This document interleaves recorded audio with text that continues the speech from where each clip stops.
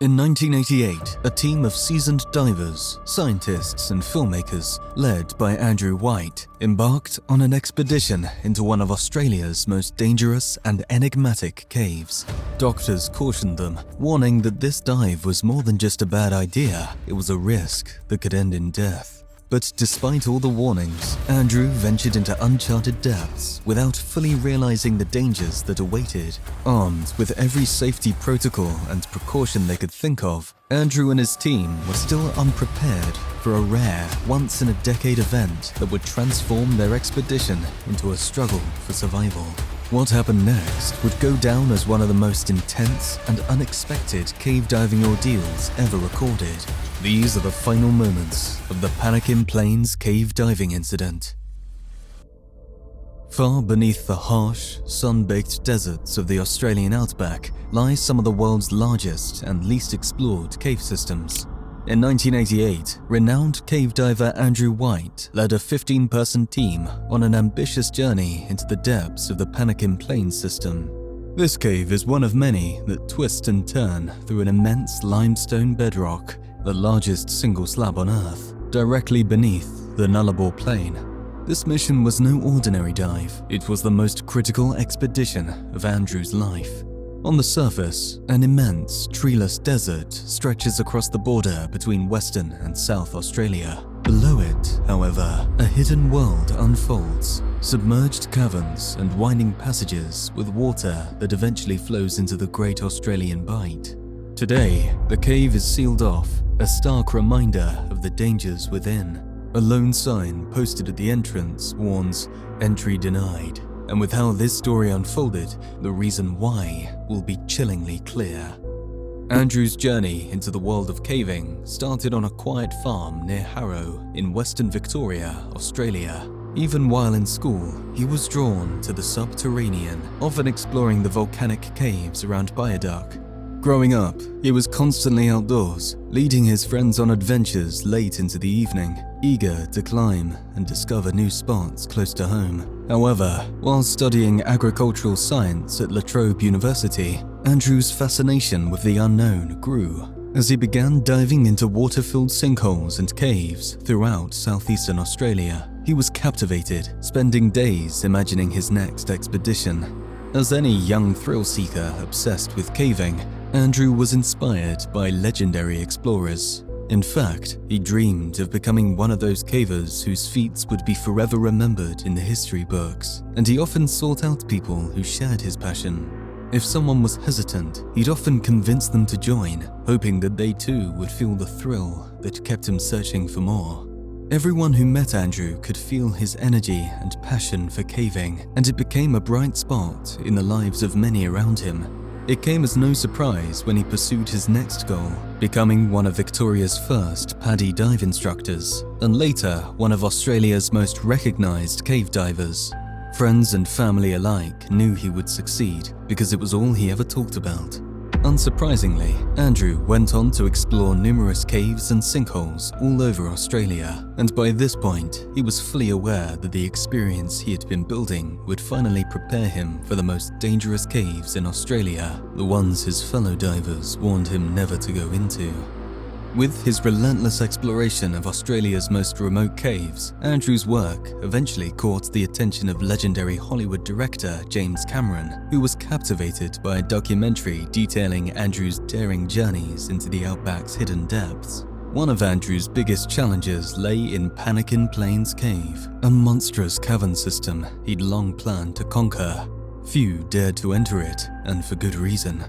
This cave was notorious for sudden, deadly flash floods and unstable rock formations. What's even scarier is that flash floods can all happen in an instant without prior warning. But despite the dangers, its formation was extraordinary, taking millennia to carve out a passage through two immense limestone sheets, remnants of ancient seas stretching across the middle of Australia. At the highest level, cave diving requires unparalleled mastery and precision, the result of countless hours of training and experience. Access to these perilous sites is limited, not only because of their hidden nature, but due to the undeniable risks. Unlike ocean divers, who can surface if something goes wrong, cave divers are locked in a world where escape is never guaranteed. Here, thrill seekers and adrenaline junkies are not welcome, as survival demands respect for the cave's unforgiving nature. The 1970s was a grim period for cave divers, as a series of accidents claimed 11 lives in just 6 years. This deadly era led to the creation of the Cave Divers Association and a strict training program aimed at protecting divers from the harsh realities of their own ambitions. Since then, cave diving in Australia has maintained a relatively safe record, but Pannikin Plains Cave remains accessible only to the most skilled scuba divers or those under their watchful guidance. In 1988, Andrew and his team, a carefully selected group of world-class cave divers, scientists and technicians, departed from Adelaide on an ambitious mission to explore Pannikin Plains Cave. With them, Andrew brought an underwater camera crew to capture the breathtaking scenes unfolding below the surface, hoping the footage would both document and help fund the endeavor. They were fully committed to reaching the farthest edges of the cave, pushing human endurance to the limits. Every member knew the risks, but they also understood the potential rewards hidden within this uncharted world. Pannikin Plains offered enormous submerged cathedrals and intricate limestone formations unseen by any human before. Andrew believed that this could be the moment he had long envisioned, a journey that would cement his place in history. Every time an obstacle arose or exhaustion set in, he reminded himself that this was more than a dive. It was his ultimate dream to uncover a place no one had dared reach before. The expedition also carried a scientific purpose. In partnership with the University of Sydney, the team planned to conduct groundbreaking studies. Leading the research was Dr. Julia James, an esteemed inorganic chemistry lecturer and authority on cave minerals, atmospheres, and water. Dr. James explained that cave scientists and explorers had always shared a close bond on the Nullarbor Plain. Traditionally, scientists accessed the dry sections of the cave with ease, collecting samples without the assistance of skilled divers. But this time, they were venturing deeper into realms no scientist could reach alone. Since the researchers weren't trained divers, they had no choice but to rely on the team's expertise to reach unprecedented depths. They hoped that samples retrieved from Pannikin's hidden chambers might reveal groundbreaking discoveries with the potential to reshape our understanding of the Earth's geology and climate, all while revealing secrets of the Nullarbor Plain. The entrance to Pannikin appears as nothing more than a small opening in the barren desert, but within, it's as dangerous as scaling the world's steepest peak. At every turn, there's a threat that could be fatal. Once inside, each diver's life depends on their gas tanks, regulators, and other gear. A small malfunction, hundreds of feet away from fresh air, could mean certain death. Over time, cave divers crafted their own rules through hard-earned lessons and narrow escapes, like the rule of thirds for gas tanks: 1/3 to descend, 1/3 to return, and 1/3 always held in reserve for emergencies. Although the water may appear crystal clear, a mere brush against the surface could stir up clouds of silt, instantly blinding the divers. To prepare, the team practiced carrying 3 separate lights at all times, ensuring a way forward, even if 1 or 2 failed in the depths. They also set a continuous guideline, stretching from the cave's entry to the farthest point of their exploration, ensuring a reliable path back to safety. Andrew and his team knew the cave's dangers well, preparing for every possible scenario. But despite all their planning, Mother Nature held one last, unpredictable threat in store. Andrew spent significant time researching past diving disasters to prepare for this mission. He wanted to be in the history books, but not for the wrong reasons. His team included experienced divers like Ron Allen and push divers Chris Brown, Dr. Peter Rogers, Phil Prust, and Paul Arbon, along with an underwater camera crew. Once they arrived at Pannikin Plains, they spent 3 days setting up camp, carefully lowering all 5 tons of equipment from the cave entrance down to the lake room. After days of setup, the team embarked underwater, using scooters to propel themselves more than a mile into the cave. Eventually, they reached Concord Landing, a vast cathedral-like chamber deep within the earth, with ceilings high enough to fit a church and a length stretching several football fields. This would be their final base camp, from which the push divers would enter unexplored, ancient passages, drifting through breathtaking landscapes untouched by any human. Equipped with powerful dive scooters, they could venture up to 3.5 miles into the cave system. The scooters added speed, but also introduced new risks, such as stirring up too much silt or accidentally bumping into unstable rocks. They knew that every twist and turn held unknowns. Caverns and air-filled chambers might lie ahead, but nothing was guaranteed.